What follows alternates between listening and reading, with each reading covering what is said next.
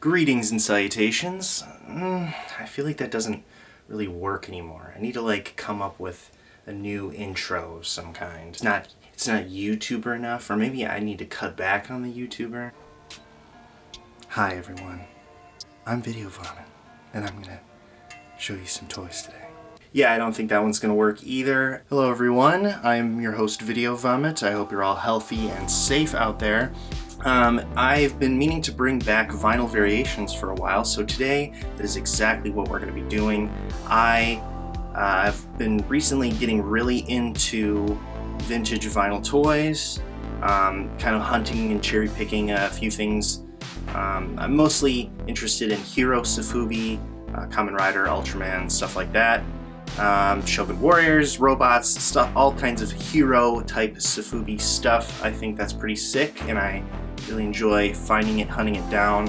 I think with a lot of us, Sofubi vinyl collectors, toy collectors in general, I think the thrill is in the hunt. When you have a collection of something and you keep finding these little pieces that you can add to the collection stuff, that's always extremely fun. Get a great feeling out of it. So yeah, I just wanted to talk about vintage vinyl today. So I have a couple pieces that I've been picking up for the past couple months, so let's take a look at that. Alright, so I thought we'd start with some of the smaller figures of the couple that I'm going to be showing today. Let me first get this out of the way. I don't know absolutely everything there is to know about some of these old shows, the subject matter that we're going to be covering today. My grandfather used to tell me, there's always somebody out there who knows more than you, and it's a good mentality to have going in there, so be humble.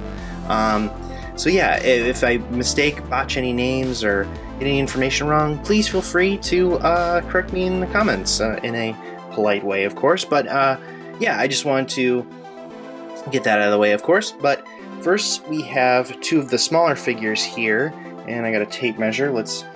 I think Kamen Rider Super is, yep, just a little bit above 5 inches. And then we have Gara here, Garamon, and he is a little bit over 5 inches. So first off, we have this vintage Kamen Rider Super figure, and I thought this was pretty cool to find. I actually found this at a store in Chicago a couple weeks ago called Kapow Collectibles. Very cool store. There is awesome toys, and I'm not kidding, from floor to ceiling, stacked up. Just amazing store. So cool to walk around in there very carefully and check out everything that there is in there. So I picked up a couple things. All of them are which in today's episode, so that'll be fun to go through. But yeah, I just wanted to first take a look at him. Mainly because Kamen Rider Super was a big influence on one of my toys that I've made, the Toxic Rider. I actually went as far as to use a Kamen Rider Super figure in a kit-bashed kind of prototype figure. I wanted to kit-bash a figure that would kind of convey the style that I wanted for the Toxic Rider, and I have it right here. So here they are next to each other. The kit-bashed Kamen Rider with, this one's the Toxic Rider, and with the vintage Kamen Rider Super. And yeah, so I thought that this was pretty cool to show off a little bit. The body was made from a bonehead from the Toxic Crusaders line. I actually kit-bashed a couple other parts from Ninja Turtle lines, a couple different figures, foot soldiers, stuff like that. All my kit bash figures that I do, I like to keep or add articulation to figures, so I can it's still functional as a posable action figure. And I actually have, so I thought it'd be fun to show this on the show as well, not vintage of course, but I have the Toxic Rider Sofubi figure that I designed, and here they are next to each other. So I thought that would be a fun thing to show off. I'll do more videos about the Toxic Rider in the future, but for now, I just thought it'd be fun to just show him off and give him a little bit of a cameo. Get close up on the back there. He's got an articulated knife. I could get a way more in-depth look at the Toxic Rider figures that I have, the Toxic Rider vinyl, and some painted ones and stuff like that. Maybe I'll do a painting video on one of them or something like that in the future. I don't know. This is all you get for right now. Yeah, I've done a couple different releases of the Toxic Rider before, so I'm sure you could find those on my Instagram. Let's move on to our sweet little boy here. So, Garamon, or this is the Red Man version, the hero, the Japanese television hero Red Man. This is a villain from that, a kaiju villain, but it also is Garamon or Pigmon from Ultraman.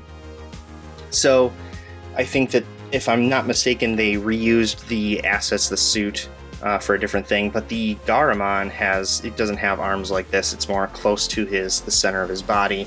I'm sure any kaiju fan knows who he is, so I don't need to tell you, but I just really enjoy this goofy version of him. This is by Sun Guts, actually, and this is not vintage. I should have said that right off the back. This is not vintage.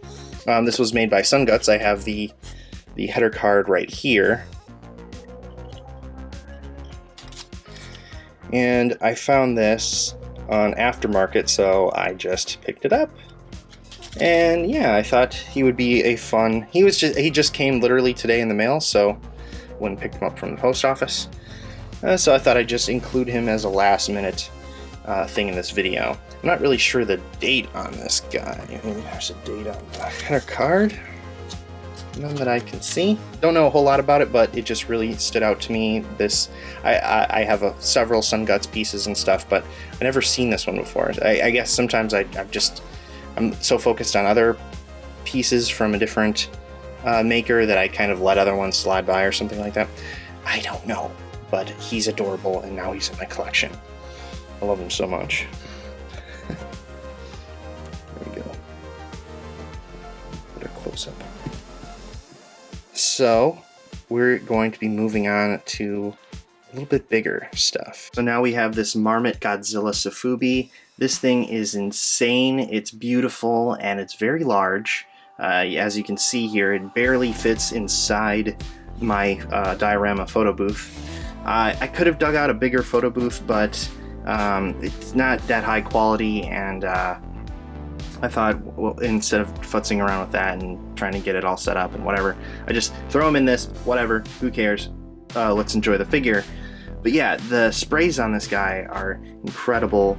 A really awesome blue color, red vinyl on the feet here, and this one is the mold is from 2006, but this release is from 2007, if the header card that I received with it is correct.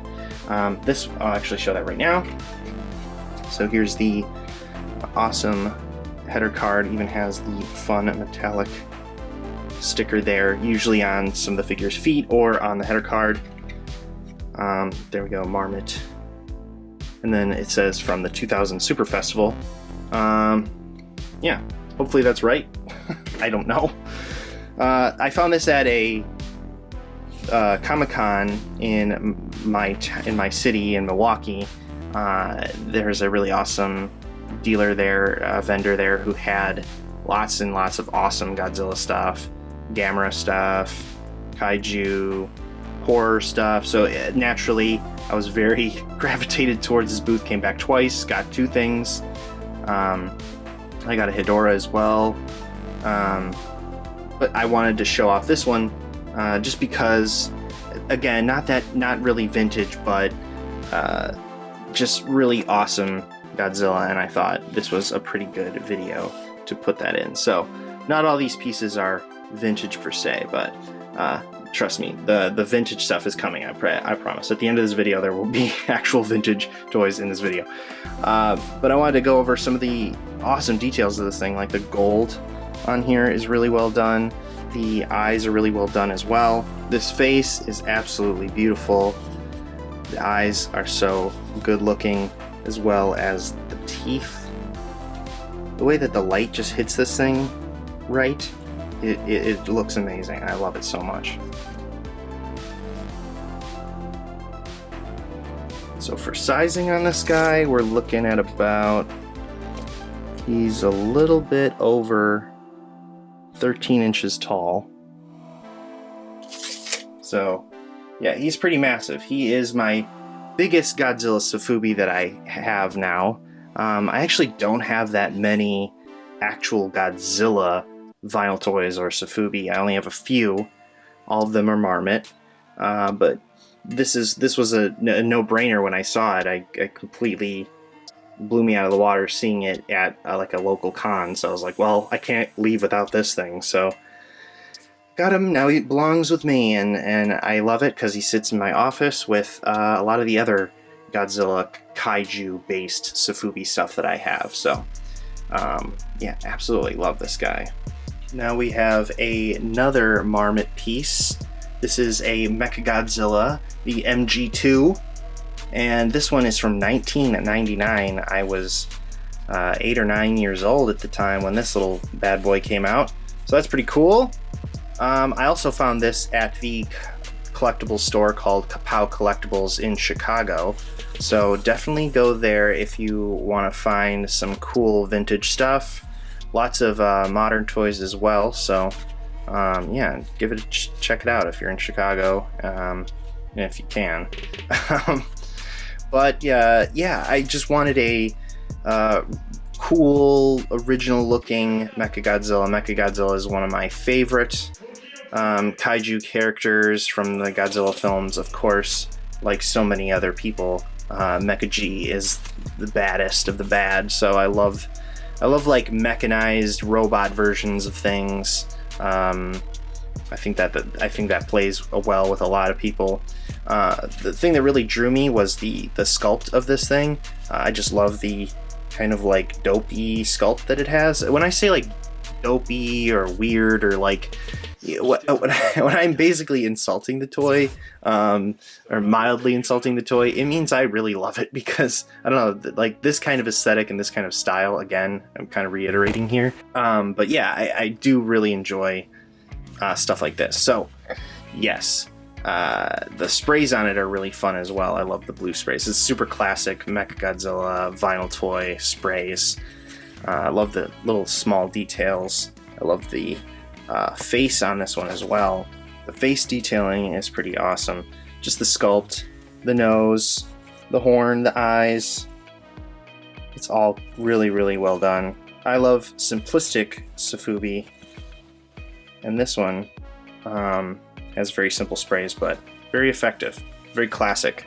So this one is about, let's see, for height, let's get him to actually stand up straight. So he is coming in at a little over 11 inches tall, but an excellent Marmot vinyl. He wasn't that expensive, but yeah, I wanted a Mechagodzilla like this for a while, so when I saw him, I knew this was an immediate pickup. So now in the photo booth we have Zazan, or Zaza, from Ultraman, and this kaiju was made by Bullmark around the 70s, I want to say, mid to late. This vinyl I've been after for a little bit now. I saw one of the glow-in-the-dark versions, and I think maybe a different version of this one at the Heroes vs. Kaiju event or exhibition put on by Mark Nagata and the Japanese American National Museum in California. And they had a really awesome display there, a lot of awesome vintage vinyl toys, kaiju, hero, Sofubi, stuff like that. And when I saw one of these in the case being on display, I knew that I had to one day eventually track one of these down. And he's a seaweed monster and killed off very quickly. But his character impression has lasted a very long time, obviously. The excellent sprays on this thing, I really love the colors that were chosen. I'm really lucky to have found a version of this toy that is in fairly good shape, I would say. given its age. And yeah, simple articulation. I also love that the top of his head is also articulated. That was because of the pour point that they needed. When you're making the toy, you need like an open space to pour the vinyl into, so that's why that's like that. But I love it. And simple sprays on the back too, just so very cool, very cool. I can't believe I found this on an auction site, and I was able to get it at a modest price, I'll put it that way. Definitely not anywhere near what you'd see on eBay or something like that.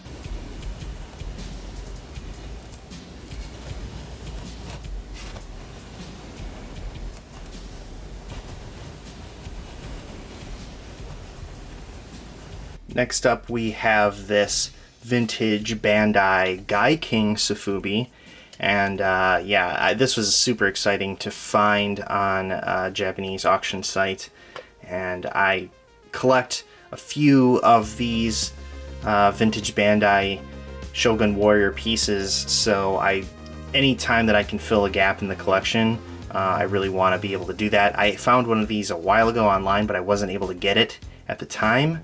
And I was kicking myself ever since then. I really wanted it. I let it slip past. Fortunately, I crossed paths with another one, so that's good. And I didn't sleep on this one this time. But yeah, super awesome. This thing is, I love the vintage Japanese Sofubi style.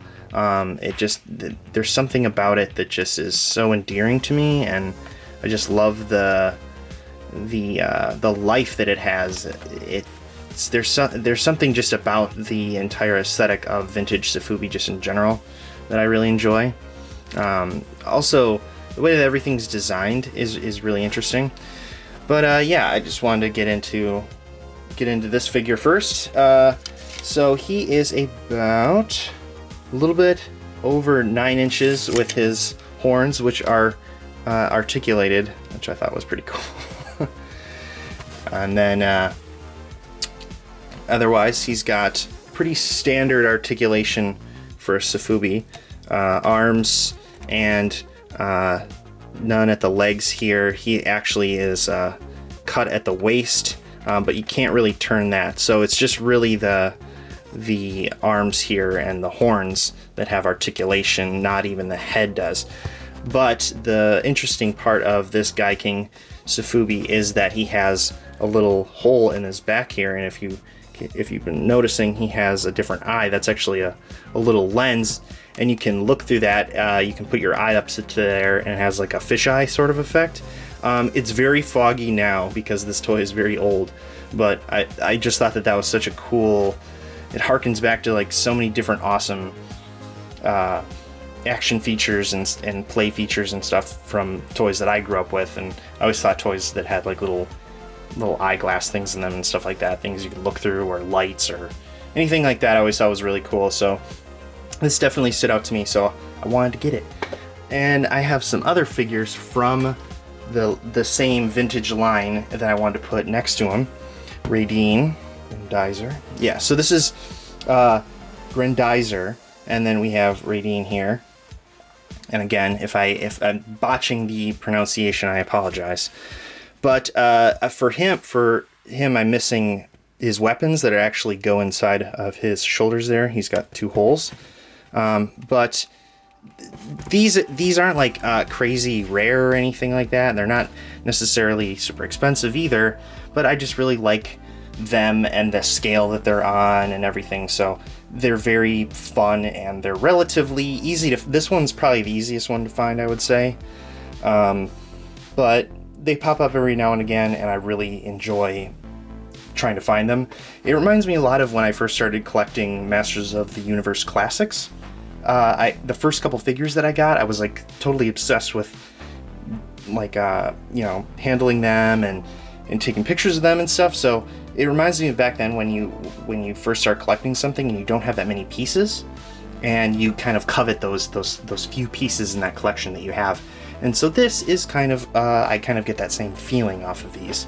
So I'm still hunting the other ones that are in this line, hopefully one day I can complete the collection, and then I can feel some kind of deep, weird sadness about it, but also feel cathartic that I've completed it. I don't know. So now we have a Kamen Rider V3 bootleg knockoff in our photo booth here.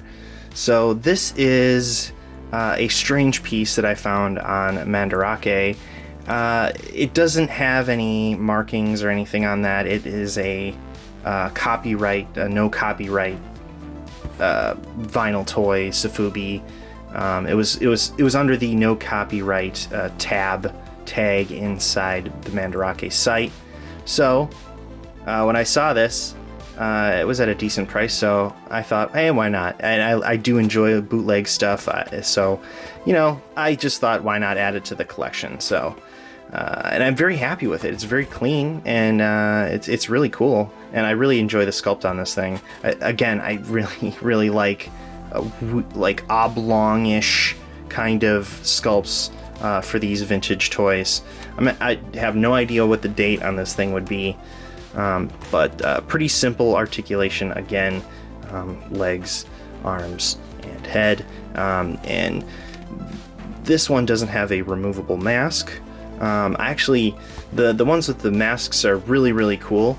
But you'll see in a minute here, I have a vintage Bandai one that is the main Kamen Rider line of Sofubi figures that I really enjoy. So yeah, this one was kind of reminiscent of those, but I just wanted to pick this one up. So then my other Kamen Rider figures had a buddy to stand with.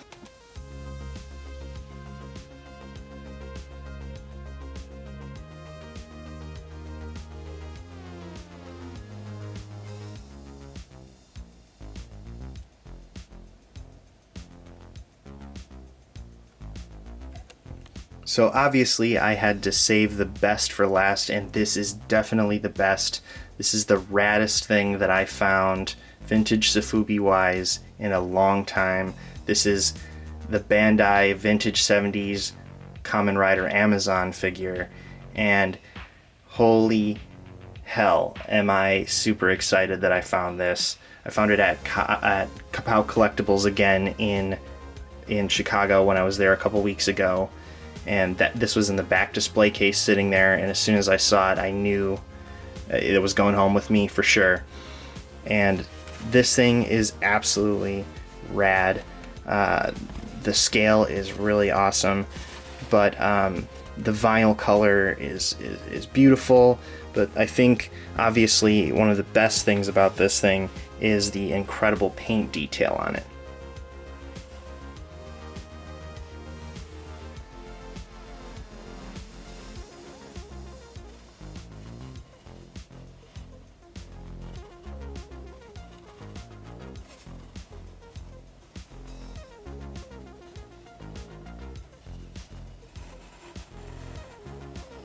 And that's going to be it for this episode of Vinyl Variations, my first one back since I started doing toy videos again.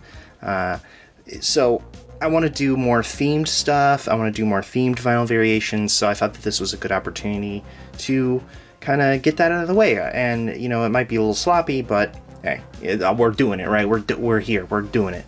Also, I think a lot of us have nothing but time on our hands right now, so I thought it would be a good chance to not only make a video, but also put it out there for other people to watch and enjoy and kind of put their minds off of troubling times at the moment. So I hope you all enjoyed looking at these vinyl toys. I'm going to get together a bit of my favorite things, more modern Sofubi that I've picked up recently, and I think that I'll do another vinyl variations very soon. I have a bunch of action figures that I can also do reviews on and stuff, so I'm probably going to be a video making machine in a little while here. I'm going to do them a little bit rough edited and stuff, just so I can kind of pump them out and get them out for you guys to watch. Alright, so until next time, thanks for watching,